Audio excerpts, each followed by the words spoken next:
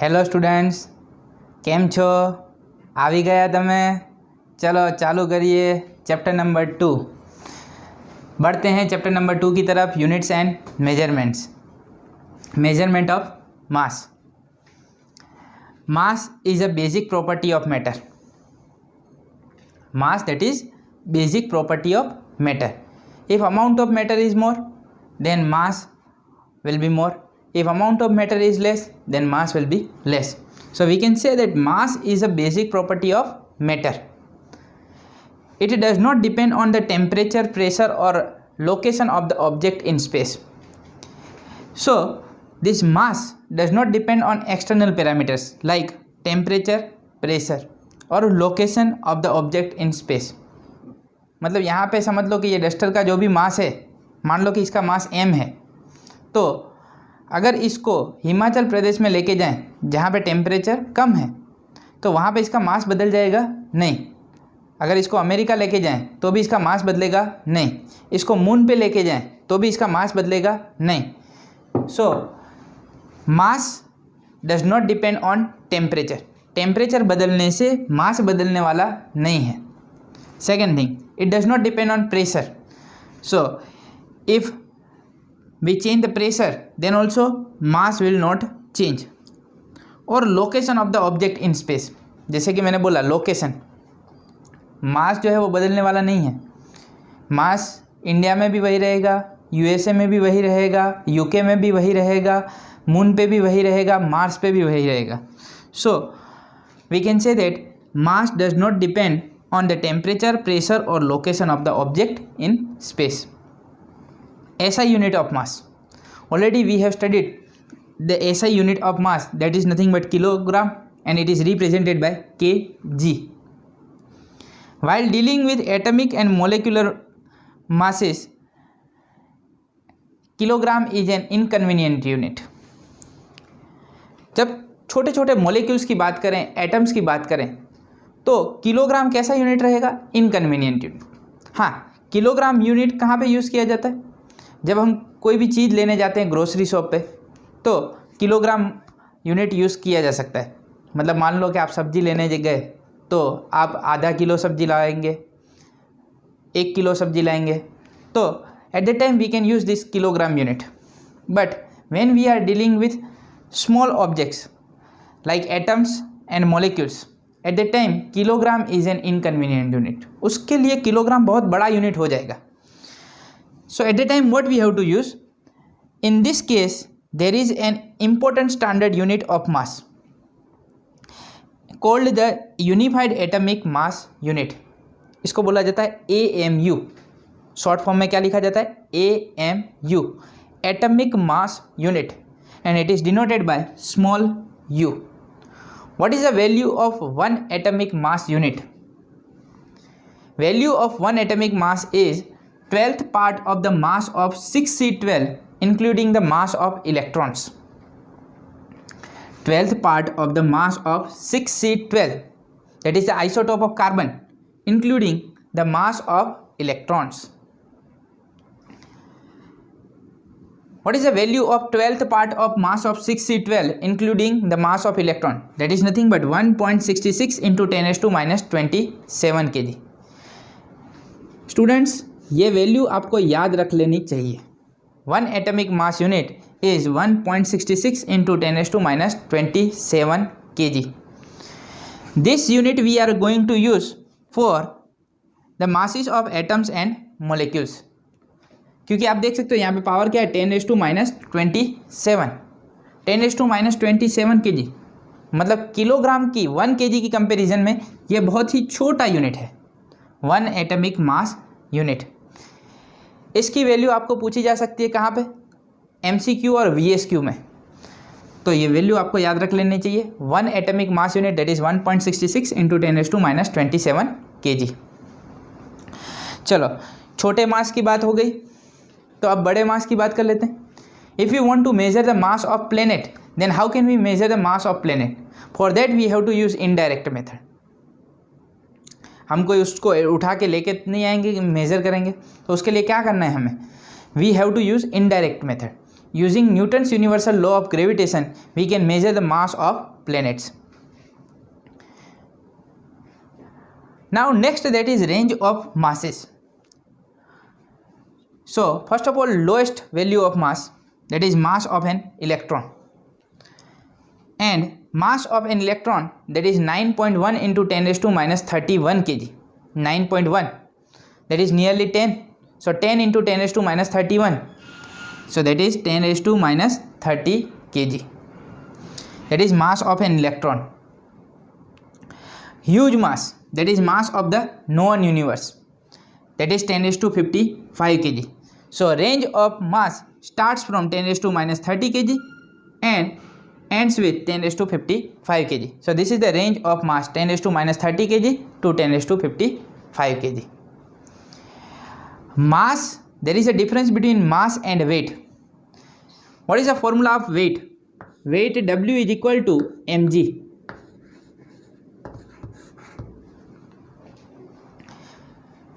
W is equal to m into g. What is small m?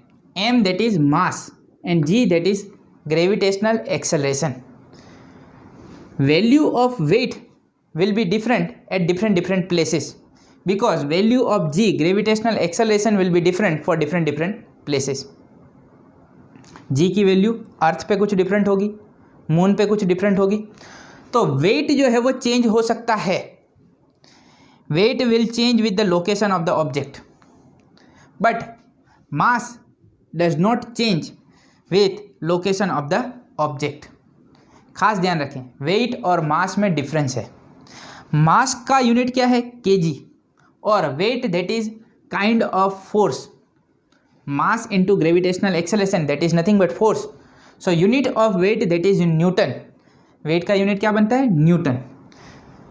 तो खास ध्यान रखें, मास और वेट में डिफरेंस है. ठीक है. So this is about measurement of mass. So here I have completed measurement of mass. Now next we are going to discuss about measurement of time. Measurement of length हो गया, measurement of mass हो गया, अब बचा है measurement of time. तब आ जाते हैं measurement of type पे. Measurement of time, that is important thing, क्योंकि आज के ज़माने में कहीं पे भी पहुंचना है तो समय पे पहुंचना होगा. स्कूल पे आना है तो आपको स्कूल पे टाइम पे आना होगा. मूवी देखने जाना है तो टाइम पे पहुंचना होगा, नहीं तो मूवी निकल जाएगी. To measure any time interval we need a clock. आज के ज़माने में टाइम इंटरवल मेजर करने के लिए क्या चाहिए? क्लॉक. पर पहले के ज़माने में क्लॉक तो होती नहीं थी, तो तब क्या किया जाता था? तो उस ज़माने में लोग कैसे मेजर करते थे time? Using size of shadow. मतलब ट्री का जो शेडो होता था उसकी साइज चेंज होती थी, उसके हिसाब से वो टाइम डिसाइड करते थे. But that is not accurate method. We now use an atomic standard of time which is based on the periodic vibrations produced in a cesium atom.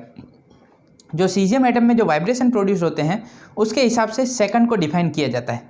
1 second को define कैसे किया जाता है? Periodic vibration produce in caesium 133 atom.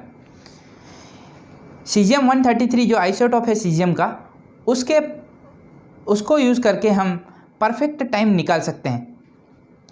This is the basis of the caesium clock, sometimes called the atomic clock. उस clock को क्या बोला जाता है? Atomic clock. Used in national standards. National standard मतलब एक स्टैंडर्डाइज टाइम डिसाइड करने के लिए इस एटमिक क्लॉक का यूज़ किया जाता है, जिसमें कौन सा एटम यूज़ किया जाता है? Caesium atom. Caesium atomic clocks are very accurate. इसकी एक्यूरेसी बहुत है. मतलब इसकी एक्यूरेसी कितनी है? 2 पार्ट इन 10⁻14. मतलब क्या? 10⁻14 में इसकी एक्यूरेसी है 2 पार्ट. मतलब 10⁻14 टाइम्स में ये 2 बार ही मिसमैच करेगा. 10⁻14 टाइम्स मेजरमेंट लेंगे, उसमें ये सिर्फ 2 बार ही मिसमैच करेगा. मतलब इसका अगर कैलकुलेट किया जाए तो एक्यूरेसी बहुत ही ज़्यादा है. रूबिडियम एटम भी यूज़ किया जाता है मेजरमेंट ऑफ टाइम के लिए, पर उससे भी ज़्यादा एक्यूरेसी किसकी है? सीजियम की.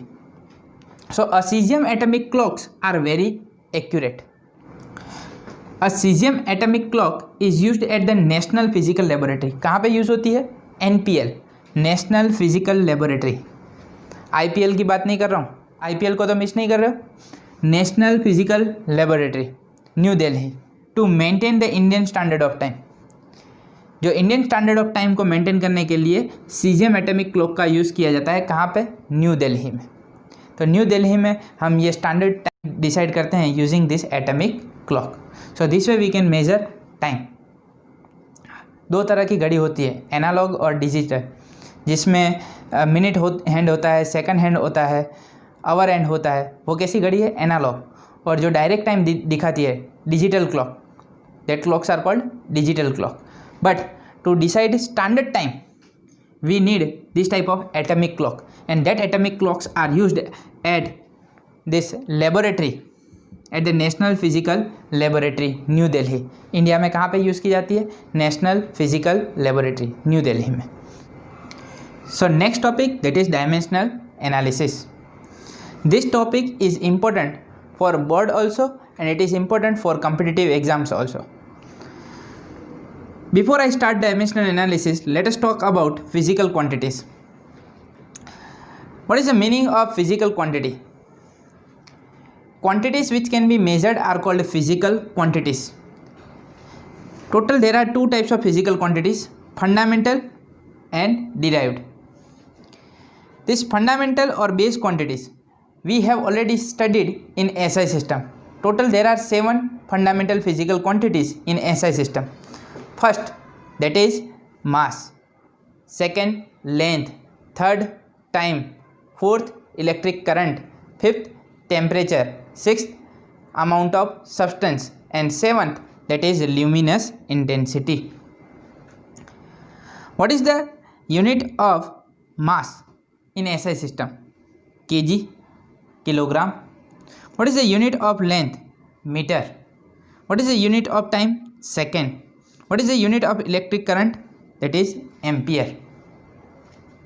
Unit of temperature? Kelvin. What is the unit of amount of substance? Mole.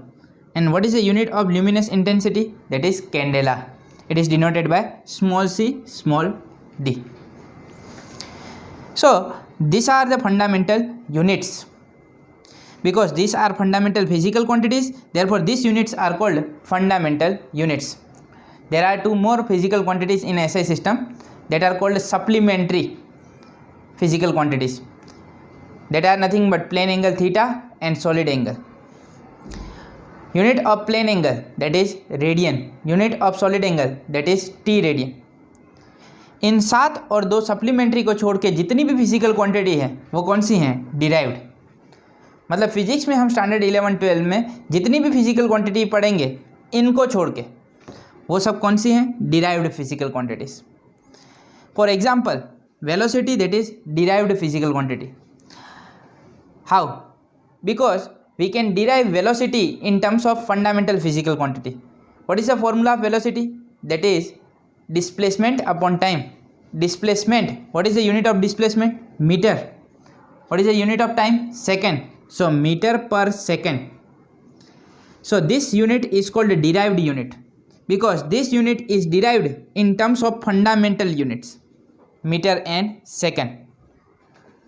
तो डिराइव्ड फिजिकल क्वांटिटी के जो भी यूनिट बनेंगे वो किसके टर्म में होंगे? फंडामेंटल फिजिकल क्वांटिटी के जो यूनिट हैं उनके टर्म में. तो हम स्टैंडर्ड 11 और 12th में मोर देन 100 फिजिकल क्वांटिटीज़ पढ़ने वाले हैं. कितनी? More than 100 physical quantities. तो आप बोलोगे सर कितनी सारी क्वांटिटीज़ पढ़ाओगे, ये तो हमें बहुत टफ लग रहा है. ऐसा कुछ भी नहीं है. डिराइव्ड फिजिकल क्वांटिटीज़ का यूनिट जो है वो आपको याद रखना नहीं है. आपको सिर्फ 7 फंडामेंटल फिजिकल क्वांटिटीज़ के यूनिट याद रखने हैं और ये डिराइव्ड फिजिकल क्वांटिटीज़ के यूनिट इनके टर्म में हम ऑब्टेन कर सकते हैं. जैसे यहाँ पे किया, वेलोसिटी का यूनिट क्या बना? मीटर पर सेकंड. हमको फॉर्मूला मालूम है डिस्प्लेसमेंट अपॉन टाइम. तो डिस्प्लेसमेंट का क्या होगा? मीटर. और टाइम का क्या होगा? सेकंड. तो मीटर पर सेकंड. चलो वॉल्यूम का यूनिट क्या बनेगा? वॉल्यूम का यूनिट लाने के लिए फॉर्मूला मालूम है हमको, length into breadth into height. तो लेंथ का यूनिट क्या बनेगा? मीटर. ब्रेथ का क्या बनेगा? मीटर. हाइट का क्या बनेगा? मीटर. तो metre into metre into metre, metre cube.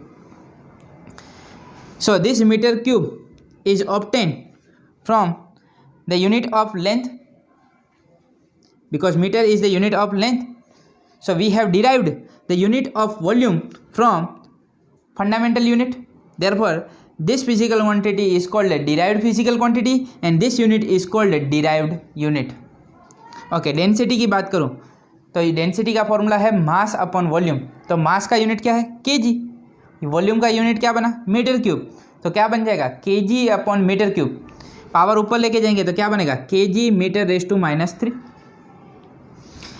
So this way we can derive the units of physical quantities in terms of fundamental units, and that physical quantities are called derived physical quantities and that units are called derived units.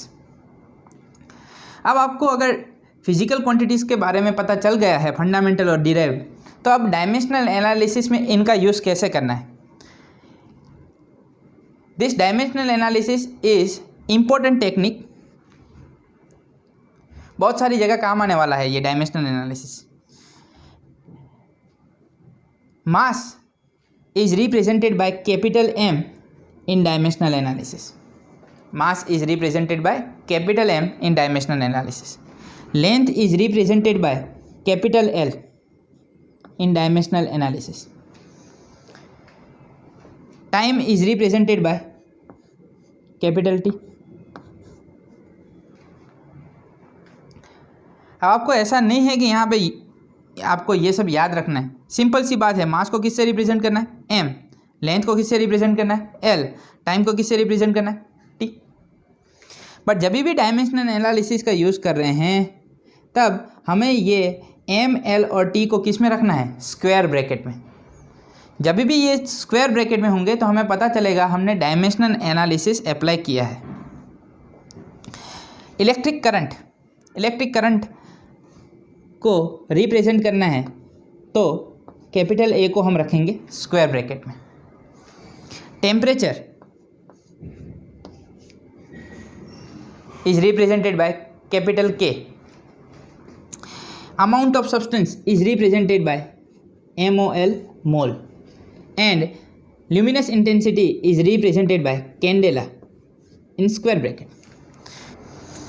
So here these three physical quantities mass, length and time are represented by M, L and T in square bracket.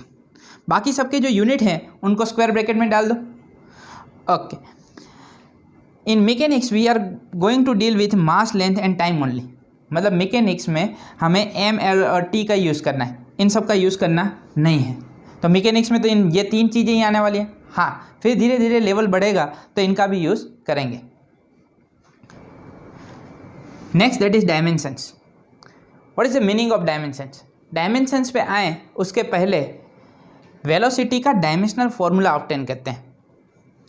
Velocity, what is the dimensional formula of velocity that we have to obtain? First of all we have to use the formula of velocity. Velocity that is nothing but displacement upon time. Velocity क्या है? Displacement upon time. Displacement is nothing but kind of length. Displacement is nothing but kind of length and time that is represented by t. So L upon t. If you want to write the dimensional formula of velocity, then length is represented by L in square bracket and time is represented by t in square bracket. So this can be written as L by t in square bracket. Here mass is not present. So we can write it like that, m0 L1 t raised to -1. इसको कैसे लिखा जा सकता है? m0 L1 t -1. Why m0? Because there isn't any role of mass in the formula of velocity. Velocity में मास का कोई role नहीं है. यहाँ पे सिर्फ लेंथ है और टाइम है. तो क्या आएगा? m0 L1 t raise to -1. t की पावर यहाँ पे क्या है? 1. ऊपर जाएगा तो क्या बनेगा? t raise to -1. So this is the dimensional formula of velocity. ये क्या बना? Dimensional formula of velocity. अब आप बोलोगे सर नहीं आया, धीरे धीरे आएगा. Velocity is displacement upon time. Displacement is nothing but kind of length. मान लो कि कोई एक जगह पे है और दूसरी जगह पे जाना चाहता है. मान लो कि हम अहमदाबाद से वडोदरा गए, अहमदाबाद से वडोदरा, तो अहमदाबाद और वडोदरा के बीच में डिस्टेंस कितना है? Suppose that is 100 kilometre. कितना है? 100 किलोमीटर. तो यहाँ से ट्रेन निकली और कहाँ पे पहुँची? वडोदरा. तो उसका डिस्प्लेसमेंट कितना हुआ? 100 kilometre. So displacement is nothing but kind of length upon time. Length is represented bye L in square bracket and time is represented by capital T in square bracket. ये स्क्वायर ब्रैकेट यूज किया है मतलब हम क्या कर रहे हैं? Dimensional analysis. तो वेलोसिटी का डायमेंशनल फॉर्मूला यहाँ से क्या बनेगा? m0 L1 t minus 1. So dimensional formula of velocity that is m0 L1 t minus 1. अब हम आते हैं डायमेंशंस के पर. What is the meaning of dimension? The power or exponents to which the base quantities are raised. कौन सी quantity? Base quantities. The power or exponents to which the base quantities are raised to represent that quantity. That quantity means what? Velocity. Here we have taken velocity. Velocity is represented in terms of base quantities, mass, length and time. Yes or no? These are the base quantities or fundamental physical quantities. Powers to which the base quantities are raised. What is the power of mass? 0. So dimension that is 0. What is the power of length? 1. And what is the power of time? -1. So 0, 1 and -1 are the dimensions of velocity. The powers to which the base quantities are raised to represent that quantity are called the dimensions. तो मास का यहाँ पे power क्या बना? 0. Length का क्या है power? 1. और टाइम की पावर क्या है? -1. So 0, 1 and -1 are the dimensions of velocity. Now here we can say that this velocity physical quantity does not depend on unit of mass, because what is the dimension of mass? 0. So we can say that velocity has 0 dimension in mass. Velocity has 0 dimension in mass, 1 dimension in length and -1 dimension in time. Velocity has 0 dimension in mass, 1 dimension in length, -1 dimension in time. So this way we can express velocity in this form m, l and t, and this is called the dimensional formula of velocity. तो dimensional formula आपको पता चल गया, dimensions आपको पता चल गए. एक और एग्जांपल लेते हैं. Let me take the example of volume. Volume का डायमेंशनल फॉर्मूला क्या बनने वाला है? तो वॉल्यूम का डायमेंशनल फॉर्मूला बनाने के लिए हमें फॉर्मूला याद होना चाहिए. Length into breadth into height. Length is measured in metre, breadth is measured in metre and height is also measured in metre. तो metre into metre that is nothing but metre cube, and metre is the unit of length, so that can be represented by L3. So here this is length, this is also kind of length, this is also kind of length. So L into L into L, L3. So this is the dimensional formula of volume, or it can be represented as M0 L3 T0. So what are the dimensions of volume? 0, 3, 0. What are the dimensions of volume? 0, 3, 0. So we can say that volume has 0 dimension in mass, 3 dimensions in length and 0 dimension in time. Correct? Now what is the meaning of dimensional formula? If we represent velocity v in square bracket, then we can equate this with this dimensional formula. So v is equal to m0 L1 t minus 1. Here we have equated velocity with this fundamental physical quantities m, l and t. Therefore this equation is called dimensional equation. ये चीज़ same ही है, dimensional formula क्या है, m0l1t-1। अगर equation बनाया जाए velocity का dimensional formula के term में तो क्या बनेगा, m0l1t-1। So this is called dimensional equation. क्या आपको डायमेंशन समझ में आ गए? जो भी पावर होगी mlt की, यहाँ तो फंडामेंटल फिजिकल क्वांटिटीज हैं जो भी उनकी, वो क्या बनेंगे, डायमेंशंस। अगर किसी भी फिजिकल क्वांटिटी को फंडामेंटल फिजिकल क्वांटिटी के टर्म में रिप्रेजेंट किया जाए, और वो भी कैसे, mlt ak mole and cd in square bracket, then whatever formula we are getting, that is called a dimensional formula. And if we equate that physical quantity with dimensional formula, then that is called a dimensional equation. अगर आपको ये topic में कहीं पे भी कोई भी doubt है तो चिंता मत करिए, डायमेंशनल एनालिसिस में अभी आगे बहुत पढ़ना है। This is only the introductory lecture of dimensional analysis. Dimensional analysis की अभी शुरुआत हुई है। We are going to obtain too many dimensional formulas, बहुत सारी फिजिकल क्वांटिटीज़ के डायमेंशनल फार्मूला ऑब्टेन करने वाले हैं। अगर आपको कहीं पे भी डायमेंशनल फार्मूला में कोई भी डाउट है तो नेक्स्ट लेक्चर जो आने वाला है उसमें आपको डायमेंशनल फार्मूला के रिलेटेड जो भी डाउट हैं वो क्लियर हो जाएंगे। So with this I am ending the lecture. मिलेंगे नेक्स्ट लेक्चर में, तब तक के लिए बाय बाय, थैंक यू।